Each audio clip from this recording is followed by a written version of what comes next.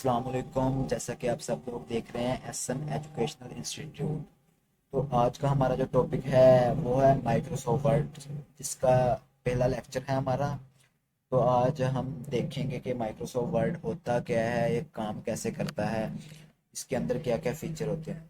तो जैसे ही हमने माइक्रोसॉफ्ट वर्ड ओपन किया तो हमारे सामने ऐसा इंटरफेस आएगा। तो जैसे ही हमारे सामने ऐसा इंटरफेस आएगा तो हमने ब्लैंक डॉक्यूमेंट को क्लिक करना है। जैसे ही हमने ब्लैक डॉक्यूमेंट को क्लिक किया तो हमारे सामने ऐसा इंटरफेस आएगा। माइक्रोसॉफ्ट वर्ड में जो मेन चीज़ें हैं वो सबसे पहले है फाइल, फाइल के बाद होम, होम के बाद इंसर्ट, इंसर्ट के बाद डिज़ाइन, डिज़ाइन के बाद लेआउट, लेआउट के बाद रेफरेंस, रेफरेंस के बाद मेलिंग, मेलिंग के बाद रिव्यू, और एंड पे है व्यू। तो हम एक एक करके आपके साथ डिस्कस करेंगे। तो सबसे पहले हम स्टार्ट करते हैं और सबसे पहले आपको फाइल का इंट्रोडक्शन करवाते हैं। तो वैसे मैं आपको सबसे पहले बता दूं माइक्रोसॉफ्ट वर्ड होता क्या है, ये किस काम के लिए इस्तेमाल होता है। और जो आपने अगर मेरी वीडियो अच्छे तरीके से देख ली तो तकरीबन आपको सारा माइक्रोसॉफ्ट वर्ड आ जाएगा। माइक्रोसॉफ्ट वर्ड बेसिकली कोई एप्लीकेशन बनाने के लिए या इंग्लिश की टाइपिंग करने के लिए जो भी काम होते हैं वो माइक्रोसॉफ्ट वर्ड पर एक्चुअली होते हैं। तो हम सबसे पहले फाइल का इंट्रोडक्शन करते हैं। तो सबसे पहले फाइल में आता है न्यू। जैसे ही आप न्यू पे क्लिक करेंगे तो आपके सामने ऐसा इंटरफेस आएगा। जब आपके सामने ऐसा इंटरफेस आएगा तो आपने ब्लैंक डॉक्यूमेंट पे क्लिक करना है। जैसे ही आपने ब्लैंक डॉक्यूमेंट पे क्लिक किया तो आपके सामने फिर ऐसा, यानी कि आपकी फाइल ओपन हो जाएगी। तो उसके बाद है ओपन। जैसे ही आप ओपन पे क्लिक करेंगे तो जो आपने फाइल किसी ब्राउज़र में बनाकर सेव की होगी तो अब वो आपकी यहाँ से निकलेगी। अब अगर तो इसका एक और भी तरीका है, अगर आपने उसी दिन फाइल बनाई है तो यहाँ भी शो होगी। अगर आपने लास्ट वीक में फाइल बनाई है, जैसे कि ये मैंने बनाई है, देखें ये शो हो रही हैं। तो अगर काफ़ी पुरानी आपने फाइल बनाई है तो यहाँ यहाँ पर सारी शो होंगी। लेकिन अगर आपको यहाँ से नहीं मिल रही तो आपने ब्राउज़ पे जाना है। जैसे ही आप ब्राउज़ पे जाएंगे तो आपके सामने ये माई कंप्यूटर ओपन हो जाएगा। तो इसमें आपने जिस भी फोल्डर में अपनी फाइल सेव की है, जैसे कि this PC 3 object desktop document में फाइल सेव की है, उसको क्लिक करें तो आप यहाँ से अपने फाइल ओपन कर सकते हैं। तो उसके बाद हमारे पास अगला जो ऑप्शन है वो है सेव एज। तो सेव एज को मैं आपको एक फाइल बनाकर फिर समझाता हूँ। सेव एज जैसे कि मैं अपना ही नाम लिख लेता हूँ यहाँ पर, एहसन महमूद,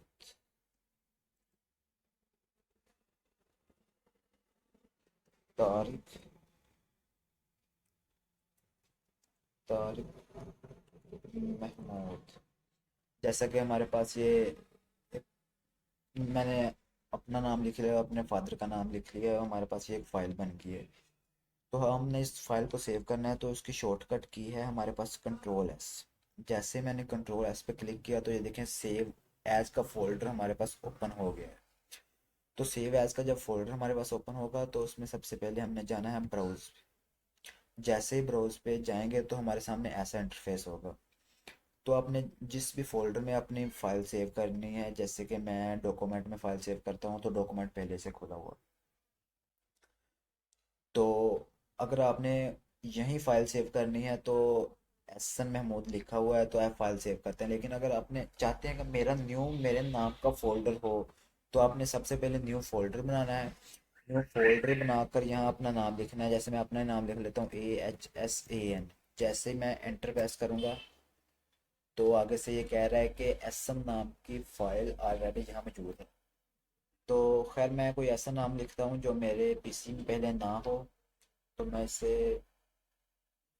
रील पहले करता हूँ। जैसे कि मैं लिख लेता हूँ कोई नाम सोच लूँ। जैसे कि मैं यहाँ पर लिख लेता हूँ बाबर, BABR। बाबर नाम की मेरे पीसी में पहले फाइल नहीं है। तो मैं एंटर करूँगा तो ये देखें फाइल सेव, फोल्डर बन गया है बाबर नाम का। तो आपने अगर बाबर नाम के फोल्डर में सेव करनी है तो बाबर नाम के फोल्डर को 2 बार क्लिक करेंगे तो आपका वो फोल्डर ओपन होगा। जैसे ही फोल्डर ओपन होगा तो ये देखिए एहसन महमूद के नाम की फाइल मैंने सेव की। ये देखिए आपके पास रिबन के ऊपर आपको आ रहा है इंटरफेस में एस एन महमूद के नाम की आपकी फाइल सेव होगी। ये इसकी इसका सबूत होता है कि आपकी फाइल सेव हो चुकी है। तो इसके बाद जो अगला ऑप्शन है वो है हमारे पास प्रिंट। प्रिंट में सबसे पहले जो हमारे पास ऑप्शन आता है वो है कॉपीज, कि हमने कितनी जो भी हमने चीज़ प्रिंट करनी है उसकी कितनी कॉपीज हमें चाहिए। ऊपर वाले बटन को क्लिक करेंगे तो ये बढ़ती जाएंगी, नीचे वाले बटन को क्लिक करेंगे तो ये कम होती जाएंगी। तो इसके बाद ऑप्शन आ रहा है कि हमारे पास जो पेज प्रिंट करने हैं वो ऑल पेज प्रिंट करने हैं, ये भी ठीक। उसके बाद आ रहा है प्रिंटेड वन साइड या बोथ साइडेड। अगर जैसे कि आपका एक पेज है उसकी एक साइड पे लिखा हुआ है और एक साइड ब्लैंक है, तो आप उसको ज़ाहिर बात है यही कहेंगे कि इसकी वन साइड प्रिंट कर दें। अगर आपके दोनों साइडों पे लिखा है तो आप कहेंगे कि दोनों साइडें इसकी प्रिंट कर दें। तो अगर वन साइड पे लिखा है तो वन साइड प्रिंटेड होगी, अगर टू साइड पे लिखा है तो बोथ साइडेड प्रिंट होंगे। उसके बाद ऑप्शन आता है कोलेटेड। कोलेटेड में जैसे हमारा फ़र्ज़ किया हमारे पास तीन नोट्स हैं और हमने उनके तीन तीन कॉपी करवानी है। तो आप यहाँ तो दो काम करेंगे, यहाँ तो जो नोट्स वन है पहले उसकी तीन कॉपी करवाएंगे, नोट्स टू की तीन कॉपी करवाएंगे, या नोट्स थ्री की फिर तीन कॉपी करवाएंगे। यहाँ तो दूसरा काम ये करेंगे, पहले नोट्स वन की कॉपी करवाएंगे, फिर नोट्स टू, फिर नोट्स थ्री। ऐसे ही नोट्स वन टू थ्री के सेट बनाएंगे, या फिर आप नोट्स वन वन वन का सेट बनाएंगे, नोट्स टू टू टू का सेट बनाएंगे, नोट थ्री थ्री, ऐसे ये है। तो मैं नोट्स वन वन का सेट बना देता हूँ। तो इसके बाद है पोर्ट्रेट ओरिएंटेशन या लैंडस्केप। तो ज़्यादा ओरिएंटेशन यूज़ होती है तो लैंडस्केप किया तो ऐसा इंटरफेस आपके सामने आएगा। तो पोर्ट्रेट ओरिएंटेशन, तो लेटर ज़्यादातर सीवी बनाने के लिए तो लीगली यूज़ होता है। तो उसके बाद मार्जिन मार्जिन भी नॉर्मल ही होता है। तो उसके बाद आपने प्रिंट पे क्लिक कर देना है तो ये आपका प्रिंट हो जाएगा। उसके बाद जो हमारे पास अगला ऑप्शन आ रहा है वो है एक्सपोर्ट। एक्सपोर्ट, किसी फाइल को हमने पीडीएफ बनाना है कि हमारी फाइल में कोई चेंजिंग ना कर सके, तो उसके लिए हम पीडीएफ बनाएंगे। तो पीडीएफ बनाने के लिए हमें एक्सपोर्ट पे आना पड़ेगा। एक्सपोर्ट पे आकर हम क्रिएट अ पीडीएफ। तो जब पीडीएफ क्रिएट पीडीएफ को क्लिक करेंगे तो ऐसा इंटरफेस हमारे पास ओपन होगा। जैसे तो ऐसा जब इंटरफेस हमारे पास ओपन होगा, आप जिस फोल्डर में चाहें उस फोल्डर में अपने नाम से या किसी नाम से भी या किसी चीज़ के नाम से वो पीडीएफ क्रिएट कर सकते हैं। जब आपने फोल्डर का नाम लिख लिया, सब कुछ कर दिया, तो आपने एंड पर आकर पब्लिश कर देना, तो आपका वो पीडीएफ बन जाएगा। तो उसके बाद हमारे पास जो लास्ट ऑप्शन है वो क्लोज। अगर आपके पास कोई फाइल खुली हुई है तो आपने उसे क्लोज करना, तो इसे ऐसे क्लोज कर देंगे। तो ये मांग रहा है आपने इसे सेव करना है या नॉट सेव, तो मैं इसे क्रॉस नहीं। तो ये था हमारा इंट्रोडक्शन फाइल का। तो उसके बाद जो हमारा अगला इंट्रोडक्शन होगा वो है होम के बारे में। होम क्या होता है, ये किस काम के लिए यूज़ होता है। तो जाहिर बात है होम को मैं यूज़ करने के लिए सबसे पहले एक फ़ाइल बनाऊंगा। फाइल में अब मैं अपना नाम लिख लेता हूँ, एहसन महमूद। तो जैसे कि मैंने अपना नाम लिख लिया है, तो मैं अपना नाम लिख कर सबसे पहले आपको बताऊं, सबसे पहले अगर वर्ड में आपने कोई भी काम करना है तो आपने सबसे पहले कोई भी किसी चीज़ को फ़ॉन्ट स्टाइल देना है, जो भी फ़ॉन्ट लगाना है, तो सबसे पहले आपने उस चीज़ को सिलेक्ट करना है, फिर वो अप्लाई होगा। अगर आप सिलेक्ट नहीं करेंगे तो वो किसी काम पे अप्लाई नहीं होगा। तो सबसे पहले कंट्रोल ए करके मैं अपना नाम सेलेक्ट कर लेता हूँ। तो मैं इसे चाहता हूँ ये ज़्यादा खूब ये दिख रहा है ना, तो इससे भी ज़्यादा मुझे खूबसूरत दिखे, तो मैं इसके लिए बोल्ड कर दूंगा। और उसके बाद मैं चाहता हूँ कि ये मुझे तिरछा भी दिखे, तो इसके लिए मैं अटालिक कर दूंगा। ये देखें, आपको इसमें तिरछापन महसूस होने लगा है। तो इसके बाद मैं अगर चाहता हूँ कि ये अंडरलाइन भी हो, तो मैं इसे अंडरलाइन भी कर दूंगा।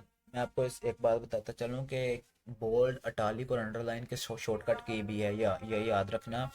बोल्ड की शॉर्टकट की है कंट्रोल बी, अटालिक की शॉर्टकट की है कंट्रोल आई, और अंडरलाइन की शॉर्टकट की है कंट्रोल यू। तो हम इसे सिंगल अंडरलाइन के साथ ये देखें, अपनी मर्जी का अंडरलाइन भी कर सकते हैं। तो ये हो गया था बोल्ड, अटालिक और अंडरलाइन। इसके बाद होता है स्ट्राइक थ्रू। किसी चीज़, कोई अगर आपने नेम लिखा हो तो आप चाहते हैं कि उसके ऊपर क्रॉस लग जाए, तो ये देखिए हम स्ट्राइक थ्रू भी कर सकते हैं। तो इसके बाद जो हमारे पास आता है वो है, पहले मैं एक दफ़ा ये बोल्ड, इटालिक, अंडरलाइन और स्ट्राइक थ्रू वाले ऑप्शन को बंद कर दूँ। तो मैं फिर एक दफ़ा अपना नेम लिख लेता हूँ। तो अब मैंने अपना नाम लिखा। अब मैं आपको ये मैं चाहता हूँ कि मेरा फ़ॉन्ट का, आगे तो था बोल्ड और इटालिक, लेकिन मैं चाहता हूँ मेरा फ़ॉन्ट का स्टाइल भी चेंज हो। तो मैं सबसे पहले, मैंने आपको पहले बताया, अगर आपने कोई काम यहाँ करना है वर्ड में तो आपको सबसे पहले वो चीज़ सेलेक्ट करनी होगी जिससे कोई फ़ॉन्ट स्टाइल या कोई भी काम करना है। सबसे पहले मैं कंट्रोल एक करके एस एन महमूद को सिलेक्ट करता हूँ। तो मैं चाहता हूँ इसका फ़ॉन्ट, ये मुझे अच्छा नहीं लग रहा कोई और, जैसे कि एरियल ब्लैक, ये देखें। तो इसमें बहुत सारे फ़ॉन्ट हैं, आप देख लीजिएगा। काम इसका तभी आपको आएगा जब आप घर में बैठकर इसकी प्रैक्टिस करेंगे। जितनी प्रैक्टिस करेंगे उतना अच्छा आपकी इस पर माइक्रोसॉफ्ट वर्ड पर गिरफ्त होगी। तो मैं चाहता हूँ टाइम न्यू रोमन मेरा मुझे अच्छा लगता है। तो उसके बाद अगला जो इसका ऑप्शन है कि ये जो मेरे पास नेम लिखा है मैं इसको बड़ा कर सकता हूँ। तो ये जो मैंने अब ऑप्शन को क्लिक किया तो ये देखें मेरे पास एक पट्टी खुल गई है। तो मैं पट्टी अगर 12 करूँगा ये साइज़ और बड़ा, 14 पे और बड़ा, 16 पे और बड़ा, 18 पे और बड़ा, 20 पे और बड़ा, 22 पे और बड़ा। तो यही नहीं है इसका, इसको बड़ा करने के लिए ये देखें जो आपके पास एक बड़ा ए है और एक छोटा ए है। तो जब आप बड़े ए को क्लिक करेंगे तो ये बड़ा होता जाएगा, जब आप छोटे ए को क्लिक करेंगे तो ये छोटा होता जाएगा। उसके बाद हमारे पास अगला ऑप्शन है, अगर ये मैंने फ़र्ज़ करें ये मैंने अपना नाम लिखा है तो मैं ये चाहता हूँ ये ब्लैक कलर में लिखा हुआ है, मैं चाहता हूँ ये किसी और कलर में चेंज हो जाए। तो मैं इसको पहले सेलेक्ट करूँगा। तो ये ऑप्शन है मेरे पास, तो मैं इसे सबसे पहले सेलेक्ट, मैं चाहता हूँ मुझे येलो कलर अच्छा लगता है तो मैं इसको येलो कलर दे दूँगा। तो इसके बाद इसका अगला ऑप्शन ये है कि मैं चाहता हूँ ये जो मेरा नेम है ना ये हाईलाइट हो, इसके नीचे हाईलाइट हो जाए, ये मुझे वाज़े तौर पर दिखे। तो मैं इसके लिए रेड, ये देखें रेड कर दूंगा, ये पीछे हाईलाइट हो गया। तो उसके बाद हमारे से कि हमारे पास अगला ऑप्शन है। तो वो अगला ऑप्शन ऑप्शन सीखने के लिए मैंने ये अपने चैनल का यहाँ पर नाम लिख लिया है, एस एन एजुकेशनल इसमें। और बाकी इसमें ये सुपर सब्सक्रिप्ट और सुपर स्क्रिप्ट रह गए हैं, वो मैं आपको बाद में बताऊंगा डिटेल में। और जो इसके बाद अगला है हमारे पास वो है पैराग्राफ। तो पैराग्राफ में हम सबसे पहले ये ये सेंट्रलाइज, लेफ्ट राइट, ये आपको बताऊंगा।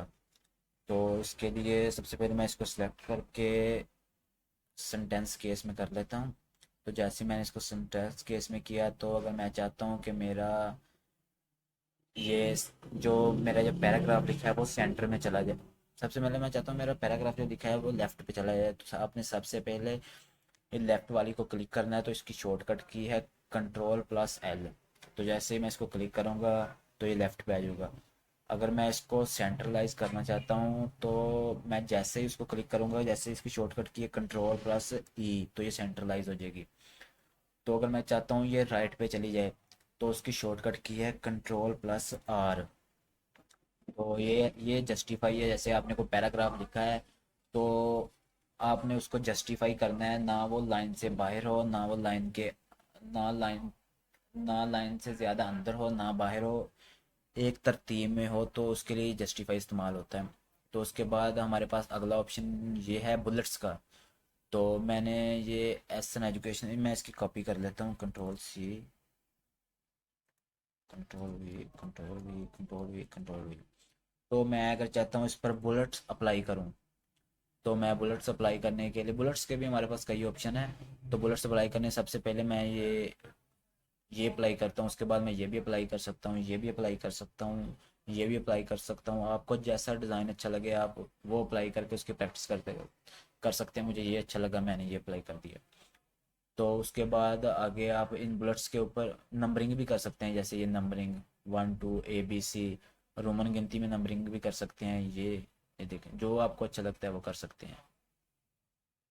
तो उसके बाद तीसरे नंबर पे है आप, जैसे कि आपने ये 1 2 तीन वाले बुलेट्स लिखे हैं। अगर आपने जैसा कि फ़र्ज़ किया एक आपने एस एन एजुकेशनल इंस्टीट्यूट एक बुलेट्स बना लिया, तो इसके आगे भी अगर शाखें हैं तो इसके लिए हम ये यूज़ कर सकते हैं। ये देख, तो इसके बाद अगला जो हमारे पास ऑप्शन है वो है लाइन स्पेसिंग का। तो मैं आपको ये भी एग्जांपल पे समझाता हूँ। तो लाइन स्पेसिंग करने के लिए सबसे पहले हमारे पास, जैसे मैं आपके पास ये दो पैराग्राफ लिख लेता हूँ। पैराग्राफ क्या, मैं दो लाइनें लिख लेता हूँ, दो तीन।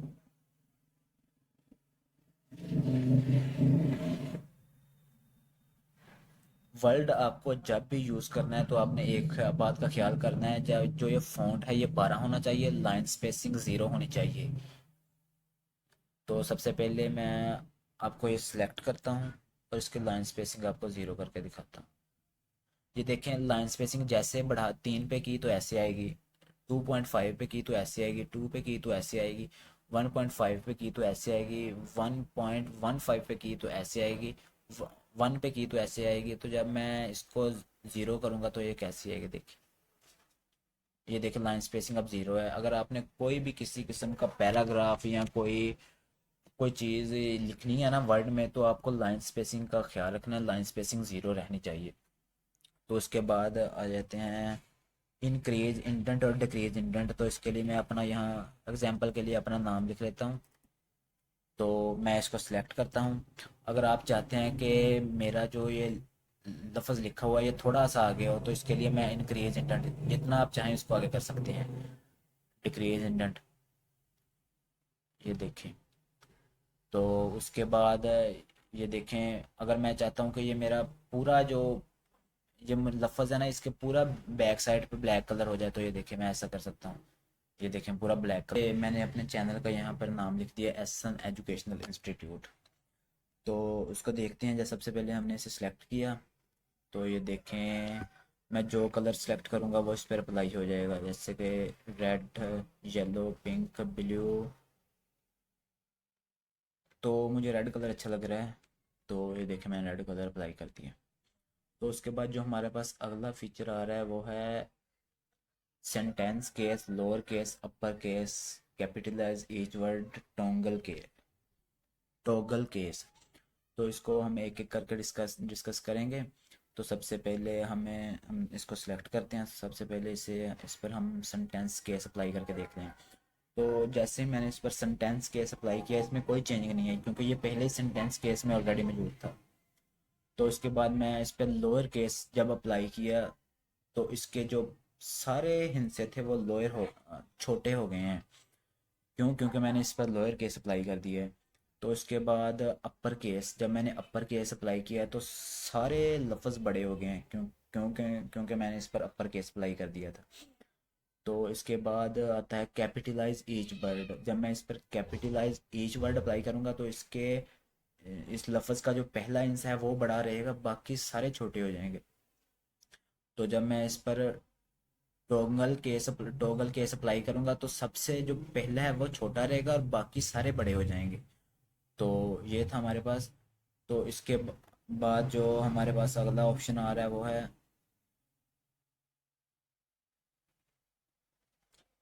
तो चलें जी, इसके बाद हमारे पास जो अगला ऑप्शन, ये हमने अपर केस और लोअर केस सब कुछ कर लिया। तो हमारे पास अगला जो ऑप्शन आ रहा है वो ये आ रहा है पैराग्राफ का। ये हमारे पास जो पूरा ऑप्शन था ये था फ़ॉन्ट का, जो मैंने आपको अच्छी तरीके से समझा दिया है।